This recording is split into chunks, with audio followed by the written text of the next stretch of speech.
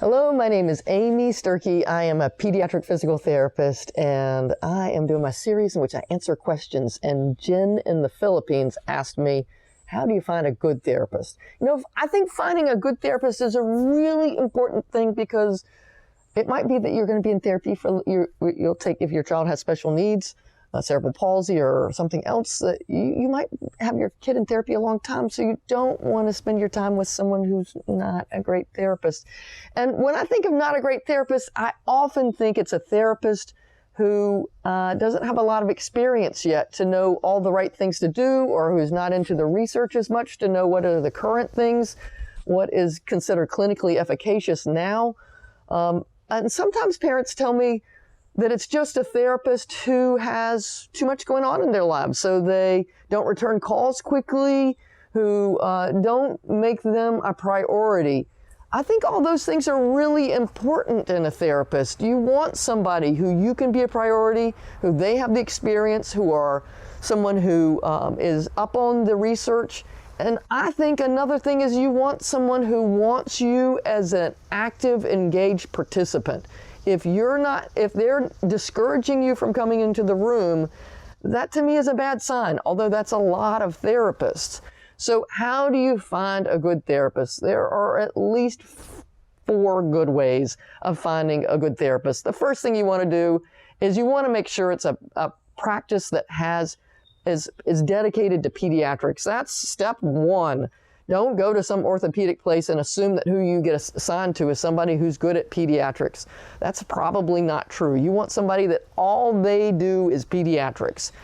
When you call a front desk of a pediatric place, if you're worried about who you get, you can always ask the person at the front desk, who's your best physical therapist for blah, whatever your child has, low tone or cerebral palsy or torticollis, and the front desk may tell you. Now, when I go to a Supercuts to get my hair cut, they go, and I say, who's good at giving me a coloring job for my hair? They say, oh, we're all trained in that. We're all good in it. And that's so not true. That's not true.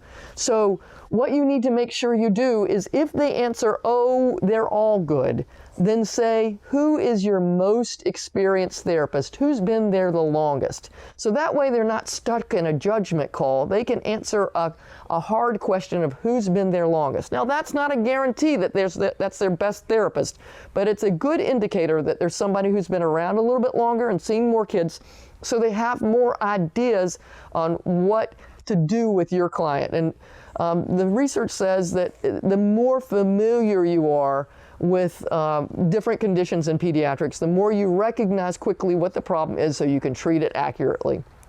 The other thing you can do is ask other parents. So if there are other parents that you know who have a child who is similar to your child, ask them who their therapist is and who they recommend. The other thing you can do is ask another therapist. So if you're currently in occupational therapy and you're wanting a physical therapist or a physical therapist and want an occupational therapist, they often know who the good therapists are. So ask them. If you're at school and you ask your school therapist, who's a good private physical therapist if you want private physical therapy? They often know who's good, so take their recommendation. The other thing you can do is you can contact a support group, either online or in person, and say, who are the recommended therapists in this town or in this area? It is worth your time to do this little bit of research to find out who are good therapists. Your kid will appreciate it and you will appreciate it.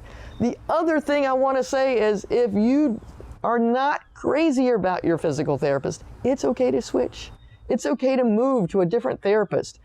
They're providing a service. They're doing the best they can, but what you want is who is the best for your child. So advocate for your child, get the best therapist you can. I hope this is helpful for you, and we'll look forward to seeing you next time. Thanks a lot. Bye-bye. If you liked this video and would like to be notified by email when the next video comes out, click the subscribe button here and click the golden bell icon and ensure notifications are enabled on your account.